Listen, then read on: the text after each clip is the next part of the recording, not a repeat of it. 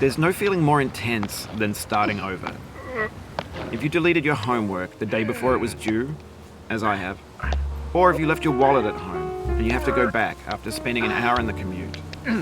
If you won some money at the casino and then put all your winnings on red but it came up black. If you got your best shirt dry cleaned before a wedding and then immediately dropped food on it. If you won an argument with a friend and then later discovered that they just returned to their original view. Starting over is harder than starting up. If you're not ready for that, like if you've already had a bad day, then what you're about to go through might be too much. Feel free to go away and come back. I'll be here. Alright, thanks for coming with me on this trip. I'll understand if you have to take a break at any point. Just find a safe place to stop and quit the game.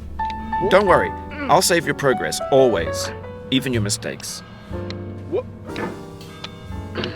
This game is a homage to a free game that came out in 2002 titled Sexy Hiking. The author of that game was Jazor, a mysterious Czech designer who was known at the time as the father of B games.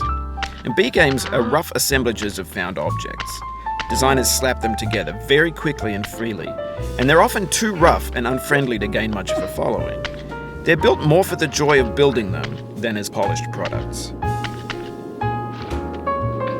In a certain way, Sexy Hiking is the perfect embodiment of a B game.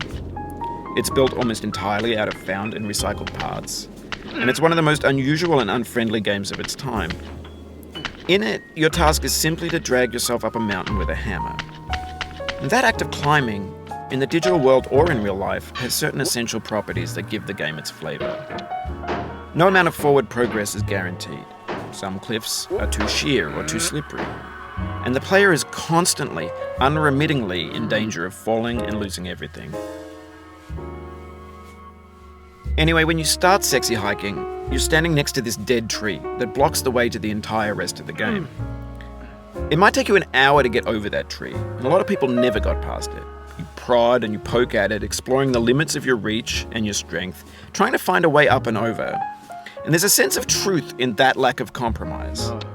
Most obstacles in video game worlds are fake. You can be completely confident in your ability to get through them once you have the correct method or the correct equipment or just by spending enough time. In that sense, every pixelated obstacle in Sexy Hiking is real. The obstacles in Sexy Hiking are unyielding,